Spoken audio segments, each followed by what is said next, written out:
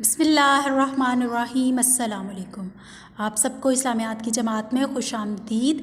آج کا عنوان ہے زکوٰۃ۔ ٹھیک ہے، آج ہم زکوٰۃ کی فرضیت اور اہمیت کے بارے میں پڑھیں گے۔ زکوٰۃ کی فرضیت۔ زکوٰۃ کے لفظی معنی ہے پاک ہونا، نشو و نما پانا اور بڑھنا۔ یہ مالی عبادت دین اسلام کا اہم رکن ہے۔ ایک اہم رکن ہے جو ایک صاحب نصاب مسلمان پر اپنے مال میں سے خاص شرع کے مطابق فرض ہے۔ زکوٰۃ ادا کرنے سے مال میں برکت پیدا ہوتی ہے اور آخرت میں اجر و ثواب ملتا ہے۔ زکوٰۃ ادا نہ کرنا بہت بڑا گناہ ہے۔ قرآن کریم میں اکثر مقامات پر نماز اور زکوٰۃ کی فرضیت کا ذکر ایک ساتھ کیا گیا ہے۔ چنانچہ قرآن کریم میں اقیموا الصلاۃ وآتوا الزکوٰۃ، نماز قائم کرو اور زکوٰۃ دیتے رہو کا حکم بار بار دہرایا گیا ہے۔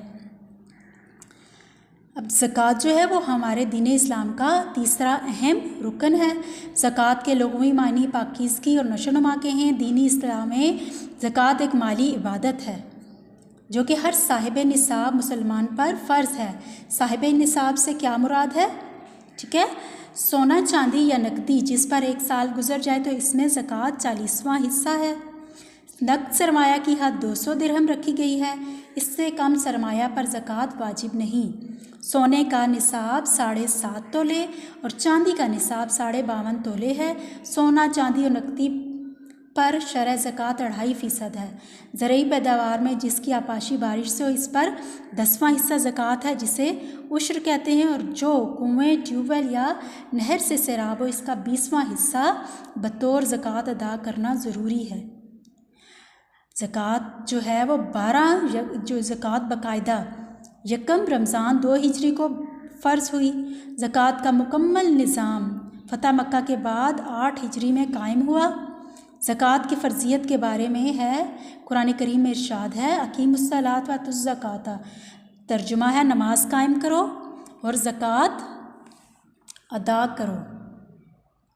سورہ توبہ میں ہے خذ من اموالہم صدقۃ تطہرہم وتزکیہم بہا، ترجمہ اے نبی صلی اللہ علیہ وآلہ وسلم ان کے مالوں سے صدقہ یعنی زکوٰۃ وصول کرو کہ ان کے ذریعے ان کو پاک صاف کر سکو۔ 9 ہجری میں زکوٰۃ کے احکام اور قوانین مرتب ہوئے اور اس کی وصولی کے لیے عاملین کا تقرر عمل میں آیا۔ عاملین زکوٰۃ کے تقرر کے علاوہ بیت المال کا باقاعدہ قیام بھی عمل میں آیا۔ سورہ توبہ کے احکام کے مطابق زکوٰۃ ہر عاقل بالغ صاحب نصاب مسلمان مرد و عورت پر فرض ہے۔